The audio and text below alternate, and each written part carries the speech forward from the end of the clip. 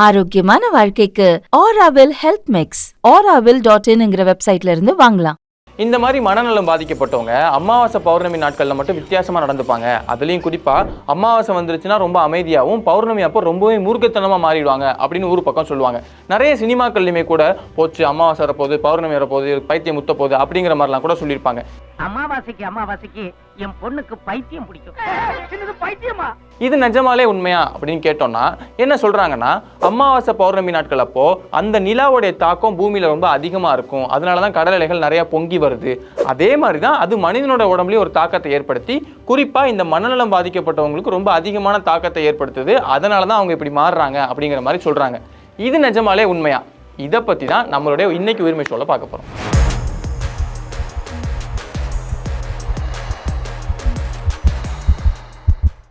நம்ம உயிர்மை ஷோட எல்லா எபிசோட்லையுமே முழுக்க உடம்பு சம்பந்தப்பட்ட விஷயங்கள் தான் பேசுவோம். ஆனால் இன்னைக்கு அந்த மெயின் விஷயத்தை பற்றி தெரிஞ்சுக்கிறதுக்கே நம்ம ஸ்பேஸ் சம்பந்தமான விஷயங்கள், குறிப்பாக நிலா, பூமி, இது ரெண்டுத்தை பற்றி கண்டிப்பாக தெரிஞ்சுக்கிட்டே ஆகணும்.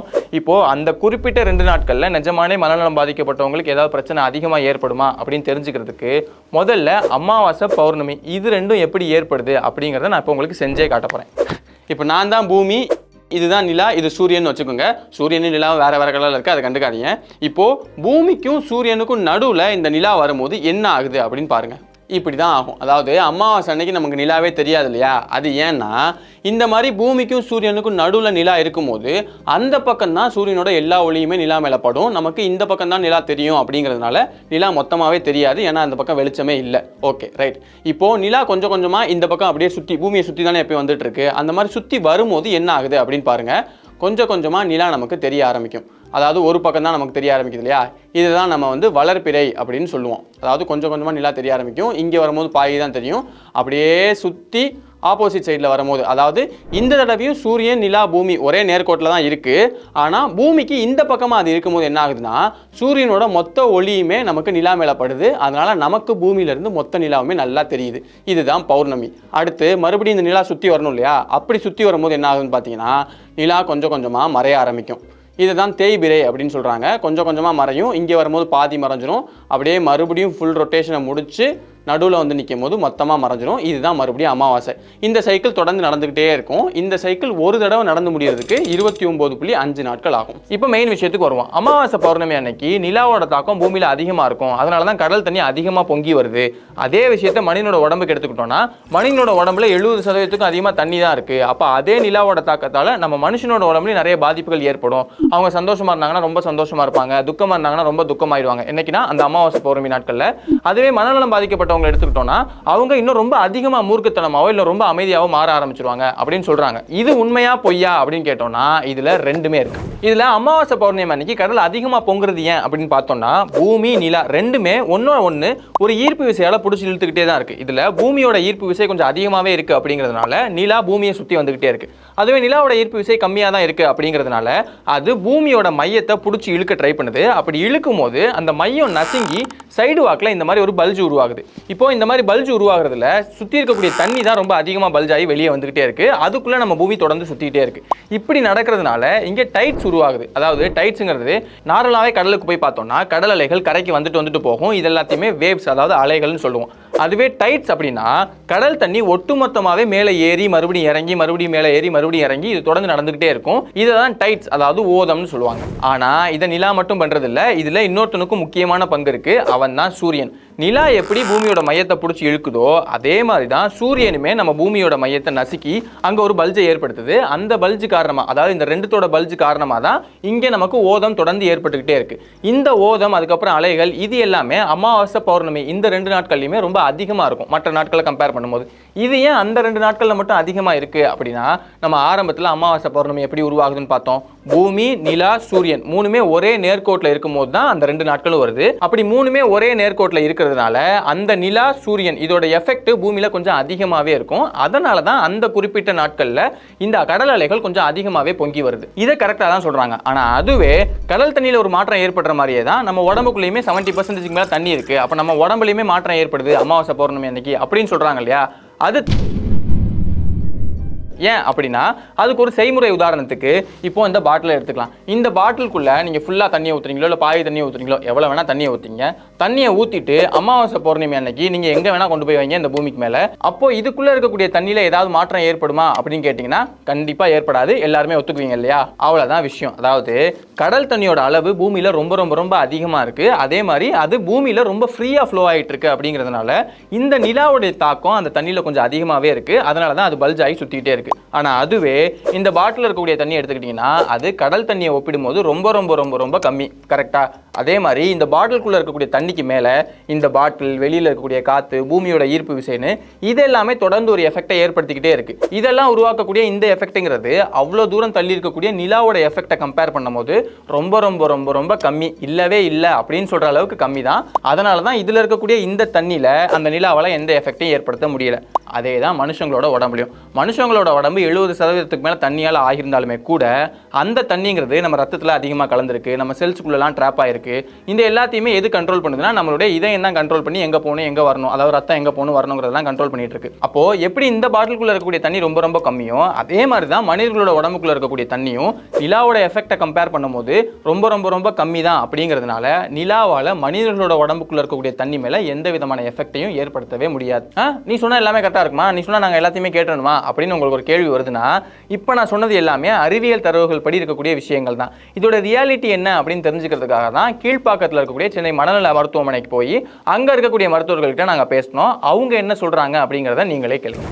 நாங்கள் யூஸ்வலாக பேஷண்ட்ஸ் நாங்கள் பார்க்கும்போது இந்த மாதிரியான பேஷண்ட்டோட அட்டண்டர்ஸ் இதை மாதிரி சொல்லி நாங்கள் கேள்விப்பட்டிருக்கேன். சரி, இன்னைக்கு பௌர்ணமி அதனால் இப்படி இருக்காரு, அமாவாசை இதனால் இப்படி இருக்குது அப்படின்னு.